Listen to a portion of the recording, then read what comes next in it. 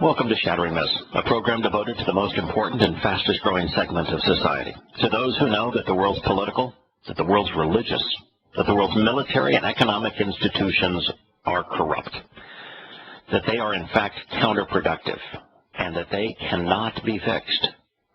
Our mission, therefore, is to know who is working against our interests, to understand how and why they are doing so. Because exposing and condemning such schemes, even if they are patriotic, even if they are militaristic, even if they are religious or political, isn't hateful. It is the most caring thing we can do. In our second hour today, we are going to have a discussion between Scott, who was the original producer of the Shattering Myths show, still works for GCN, and Aaron, who currently produces the Shattering Myths program, on a issue that came up in sports. It happens to cross over into the news and into moral discernment areas, and so we're going to talk about Winston, the quarterback of Florida State, who won the Heisman Trophy, as well as the national championship, and discuss the conditions surrounding the police investigation in Tallahassee, as well as the university's complicity in this whole sordid affair. It'll be an interesting discussion. And in our third hour, we're going to return to the prophetic passage in Yahowah 18, where Yahowah explicitly condemns the United States of America, and we're going to see what he says will occur relative to the United States. If you are listening to this program and would like to participate in this discussion, you are invited to do so. Our number is toll-free. It is 877-300-7645. I read an article yesterday. It was published by CBS News, and in attempting to explain the pagan past for Easter, it simply promotes a whole new set of lies. And since the world was celebrating Easter this past Sunday, yesterday, and since it was impossible to get away from, since it was so uniform, I mean, you couldn't even turn on a sports presentation without somebody talking about the celebration of Easter, that I thought we would use this CBS article as a foil to explain what's wrong with religion and the media. It begins, so there's a bunny who lays eggs, which kids are sometimes sent out to find or given a basket to eat. But what, many ask, does that have to do with the Christian holiday of Easter? Some of those holiday traditions can be traced back to Northern Europe. No, they can't. They're traced back to Northern Europe. They're traced back to Babylon. Babylon is where they were conceived. Easter was conceived in Babylon. Easter then went from, in its traditions, and the Mother of God and the Queen of Heaven and the earth becoming impregnated with the Son of the Sun and dying and resurrected deities. All of it was conceived in Babylon. It was usurped and copied into the Egyptian religion. It was embraced in the Greek religion. It was brought right into the Roman religion. It is an integral part of the Roman Catholic Church, and it was swallowed whole by Protestants when they thought that they were somehow disassociating themselves from Roman Catholics. That's what its origins are. It's not hard to find. In fact, it wouldn't take a journalist 10 minutes to find that the origins of Easter bunnies and Easter eggs and the name Easter itself, as well as the origins of everything that Christians celebrate on this day, including a dying and resurrected God, were first conceived in Babylon. And the distinction is important because Yahowah goes out of his way to tell us that if we want to have a relationship with him, we have to walk away from Babylon. He tells us that Babylon means corruption. It means confusion. He tells us that Babylon represents religious and political sin. He even tells us that the whore of Babylon is Satan. What more do you need to know? If only you knew the truth, to go where the words lead, and away from the pagan celebration that angers God, that has nothing to do with God, that is an abomination to God, of Easter. The article says many European words for Easter actually find their roots in the Hebrew word Pesach, a clear connection to the Jewish Passover according to linguistic and religious sources. No, they don't. There is no word associated with Easter that is based upon Pesach. Not one. Pesach means to pass over. There's no linguistic association between Pesach and Easter. In fact, there's no even association between what Pesach represents and what Easter represents. They're never celebrated on the same day.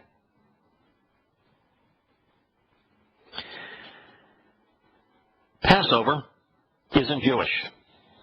Passover is Yahowah's invitation to meet with Him. It is the doorway to life that has been provided by Yahowah. This association with Jewish is invalid.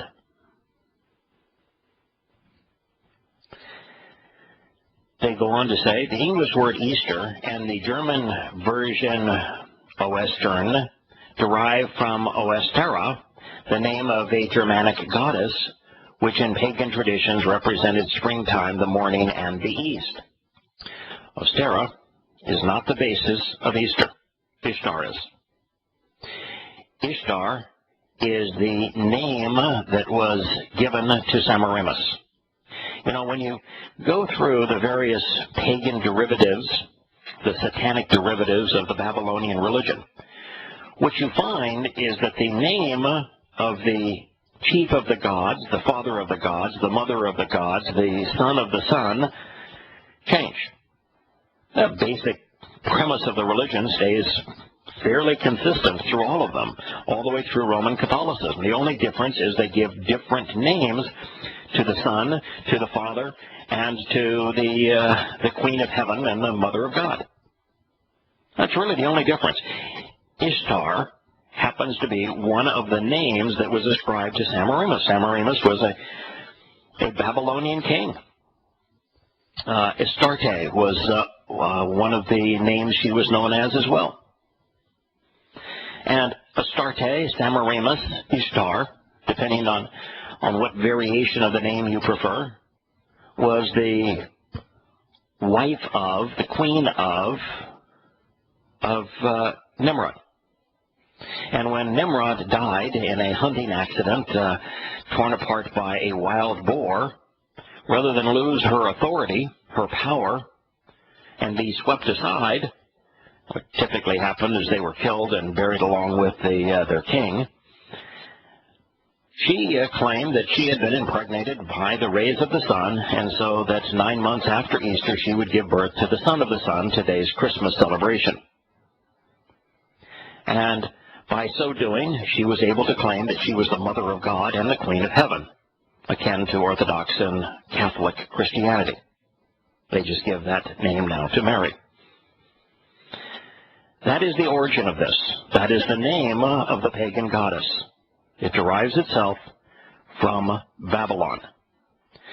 A New York Times piece, this article reads from CBS, from 1899, notes that for a faith looking to, quote, give Christian significance to all such observances as could not be thoroughly rooted out, it was far too much of a leap to prove a connection between joy at the arriving of the natural sun, which is the rising of Christ from the grave. This was a really troubled quote, but what they were trying to say is that back in 1899, that Christians began to recognize that every aspect of Easter was pagan.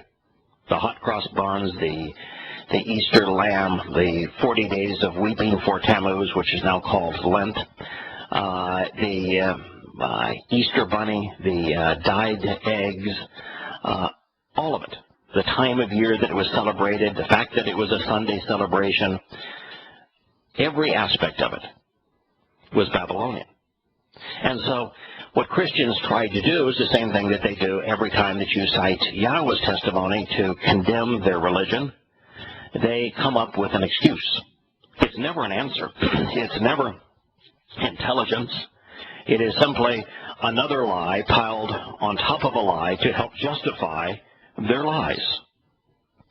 And this was very common, for example, in the early Christian church, whereby the fathers of the religion of Christianity would write, how fortuitous it is that the son of the Son, this would be Mithras, was conceived on the same day that our Jesus was conceived. Now, they wouldn't use the term Jesus, as that Jesus was actually invented in the 17th century, but that was the interpretation.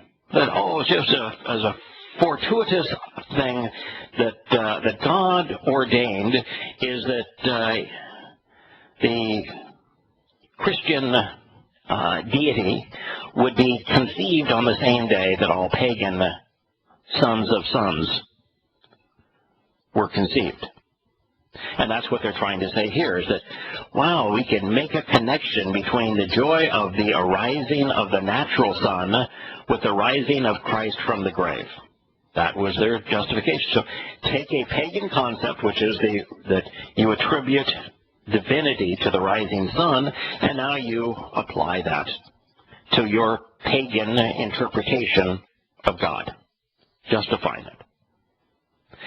These springtime festivals, the article reads, also featured symbols of fertility, which carried into the Christian traditions surrounding Easter, hence the bunnies. Yes, the bunny has always been a symbol of fertility because it gives birth to so many offspring. And it does because in the food chain it is food. And therefore it reproduces rapidly because it has no mechanism for fending off predators other than rapid procreation. We'll be back in a moment. Yeah,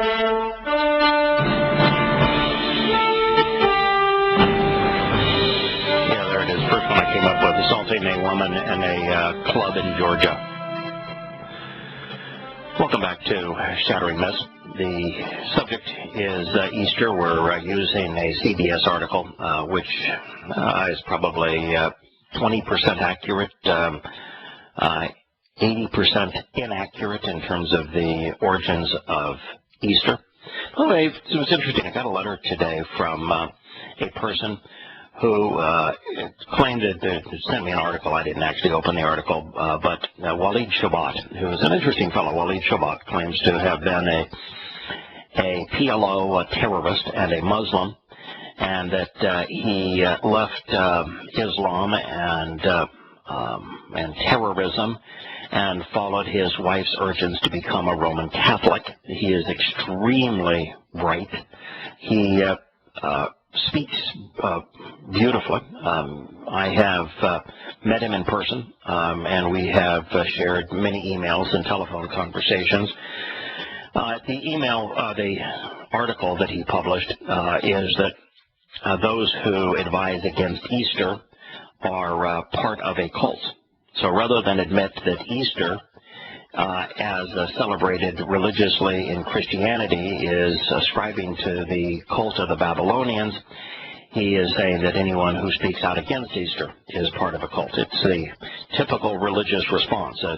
Sad that this man, who is very bright, recognized the faults in the Islamic religion, but cannot find those same faults when it comes to Roman Catholicism. Moving on to our the depiction here in the CBS article, it says that the springtime festivals also featured symbols of fertility, which carried over into the tradition surrounding Easter. Then there's this quote, "The bunny thing is a spring and fertility rite," said Lizette Larson Miller, a professor with the Graduate Theological Union in Berkeley. Boy, so you need a PhD to determine that. I think that any internet connection in about 3 minutes of time would make that information unequivocal. Bunnies are known for their fertility, so I suppose someone long ago put that connection together. Oh, there's a professor paid by Berkeley, University of California in Berkeley, to say that someone long ago, I suppose, put that connection together, and she can't go back to Babylon, study the Babylonian religion. And it's not hard to do. After all, she's a professor in this stuff.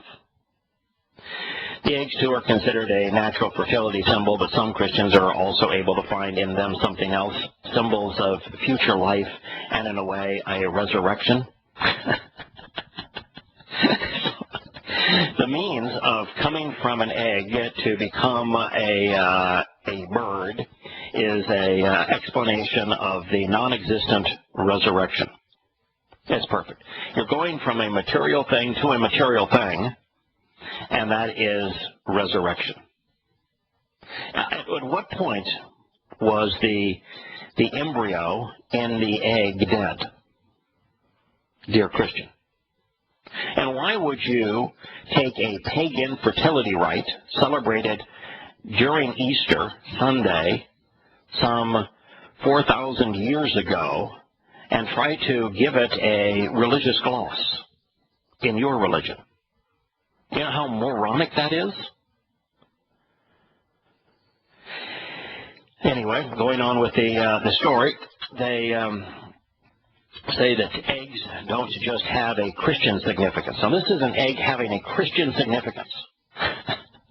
Forget about the fact that, an egg can serve as food, but an egg is, primarily the means that birds use and reptiles use to reproduce. So do fish. It's a natural part of the reproduction cycle. But now, even though this has a Babylonian significance religiously, now they have a Christian significance. But according to the New York Times piece, there are also references to the idea that Jews use eggs in Passover. Listen, there is no part of Passover described by Yahowah that mentions an egg. Not once. He does not mention eggs. He mentions lamb. He mentions fire to cook the lamb. He mentions unyeasted bread. He mentions bitter herbs. That's what he mentions. Nowhere in the context does he reference an egg. To blame the instructions regarding Passover for Christians embracing a pagan tradition is inexcusable.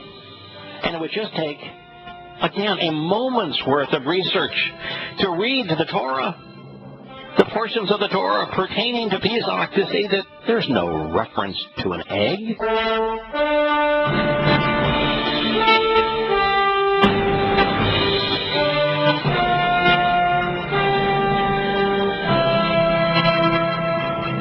Welcome back to Shattering Myths. Just as a quick note, during the entry to the last segment, I was talking with Aaron about another issue which was associated with the story we're going to do in the second hour, where there's an analogous issue with Ben Roethlisberger, the quarterback of the Pittsburgh Steelers, where he lost game checks and lost the ability to play for a period of time because of an alleged issue of sexual misconduct in a bar. It happened to be in Georgia.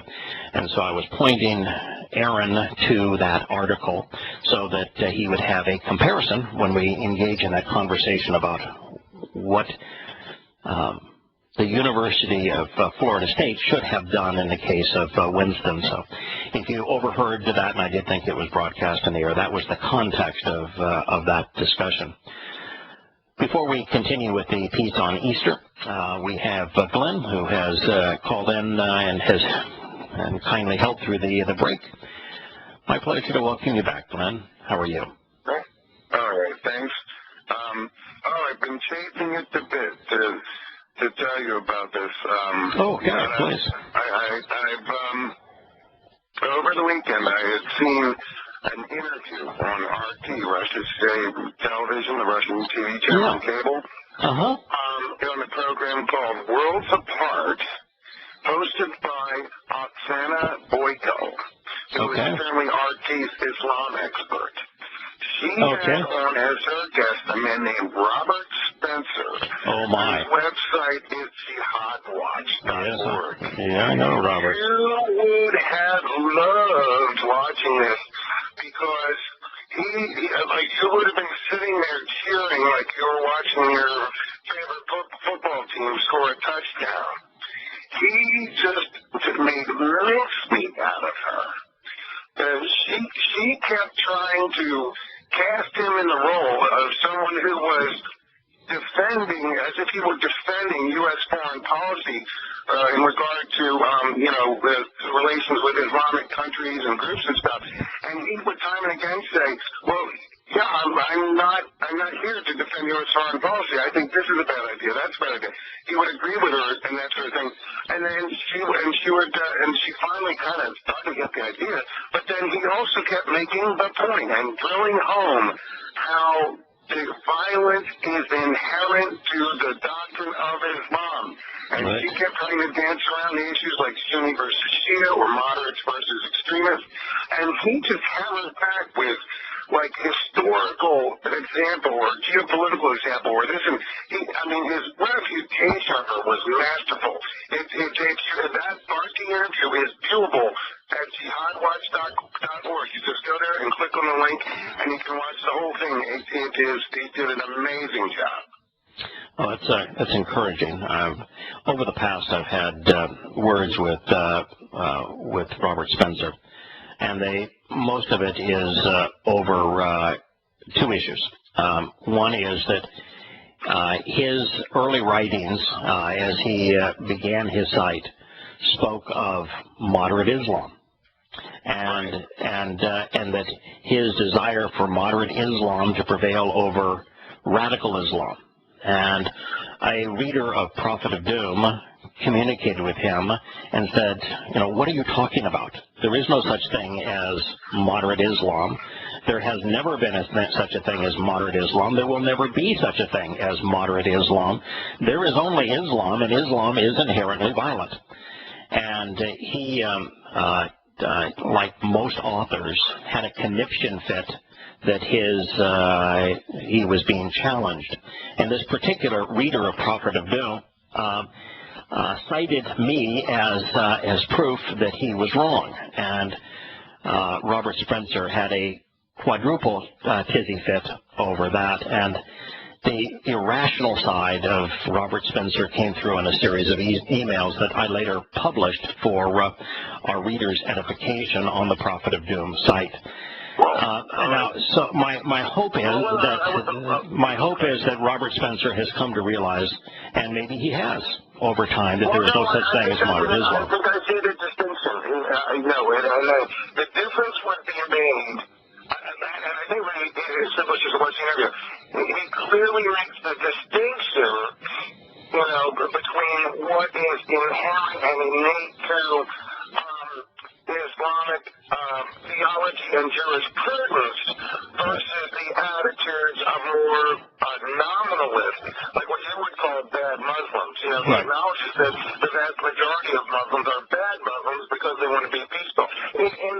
And by the way, that's not true. Although that is better, that's more accurate than saying that there's such thing as moderate Islam. Well, maybe not most, but the point is he even references the Ahmadi sect, which are reviled as infidels to be killed by other Muslims. So, but if you look at the sects of Islam that would be religiously inherently moderate, they represent less than 1% of the religion, so they're not even worth acknowledging. No, but yes, I understand. But in terms of like, you're making the point that like people, in other words, just right.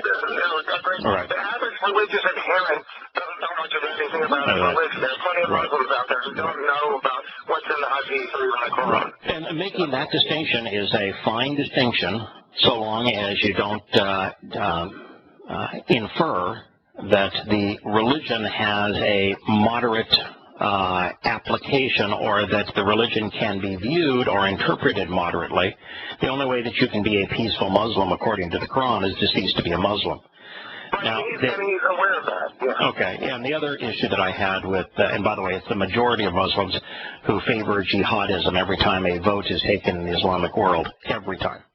The preponderance of the population, usually at the tune between 65 and 70%, vote in favor of the most fundamentalist Islamic candidate, where jihad is an obligation in the religion. So it is a majority of Muslims who have become fundamentalists. The second issue that I had is that I like to know the facts surrounding an issue, and then I like to hold people accountable. We got in quite a disagreement. He happens to be a Catholic, and we got into quite a disagreement over whether or not it is, he thinks it's anti-Semitic to say that had it not been for rabbis selling Muhammad quotations out of their Talmud, Islam would not exist today. So, and the fact is, according to the Quran, according to the Hadith, according to the only witness that we have of that time, the Quran and Hadith both acknowledge that rabbis in Yathrib sold Muhammad Talmud citations, and then they mocked him for bastardizing them, for twisting those Talmud citations to become part of his Quran. And that if those Talmud citations that Muhammad quoted is the entire basis of the Quran that gives it any religious credibility. Well, apart from those Talmud citations that Muhammad twisted, the Quran would be so laughably stupid that no one would have ever been beguiled by it. Now, that's a statement of fact. All you have to do is do your history. And so I said, it's a shame that Jews did this, because they have brought this, they have given credibility to their most ruthless enemy. And holding them accountable for that is something that Mr. Spencer had a conniption fit over, and it's a matter of fact. All right, well, yeah, now it's a matter of speculation as to whether or not in their absence anyone would have been beguiled by it. No, I don't think so. I don't think so. Well, there are plenty of more existing notions floating around today by which people are that's just not, it's that, I mean, I can tell you, Glenn, that I appreciate your insights. You're usually extremely well-informed and extremely rational in your conclusions. I know a lot about the basis of Islam and what gives Islam any glimmer of credibility today. And I can tell you that had Muhammad not received these Talmud citations to give his Quran a religious gloss and a gloss of credibility, then there is no one out there that would be promoting the Quran today as a inspired word of God. It is the rest of the Quran is comprised of only two things. There's the never-ending argument between Muhammad and the Meccans, where the Meccans say, "We know you, Muhammad, and you are a complete fraud. You are covetous. You want sex, power, and money, and everything you've said is a lie." And Muhammad responds by saying that my God is going to torture you forever in hell for making those statements. And then he moves to Yathrib, while his Quran then takes on this religious gloss. If you take the religious gloss, the bastardized Talmud stories away from it, all you have left is fight, kill, and steal. Nothing else. And so there isn't enough to give it religious credence, and it would be just a forever mocked book. In fact, the only citation that Westerners will ever cite from the Quran to show that the Quran is a great book is that if you were to take one life, it's as if you killed all of mankind. It happens to be from Quran 5:32. It precedes, of course, the most ruthless line in the Quran, which is 5:33, where Muhammad has his God say, those who belittle and besmirch Islam should be crucified, they should be killed, they should have an arm and a leg on opposite sides cut off, they should be incarcerated. It's just stunningly vicious.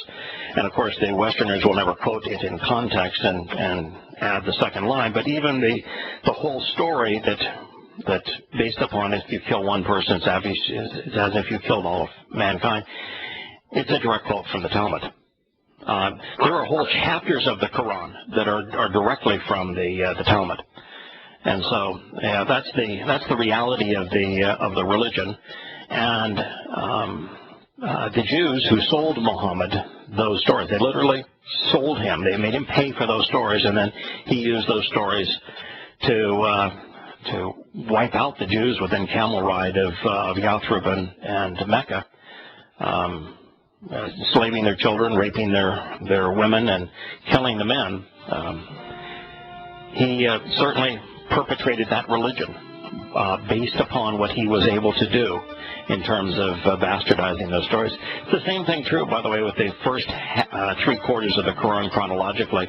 Muhammad plagiarized the Hanifs in Yemen, and almost everything that he says that sounds somewhat religious is plagiarized from them. He didn't have an original thought. I don't doubt that.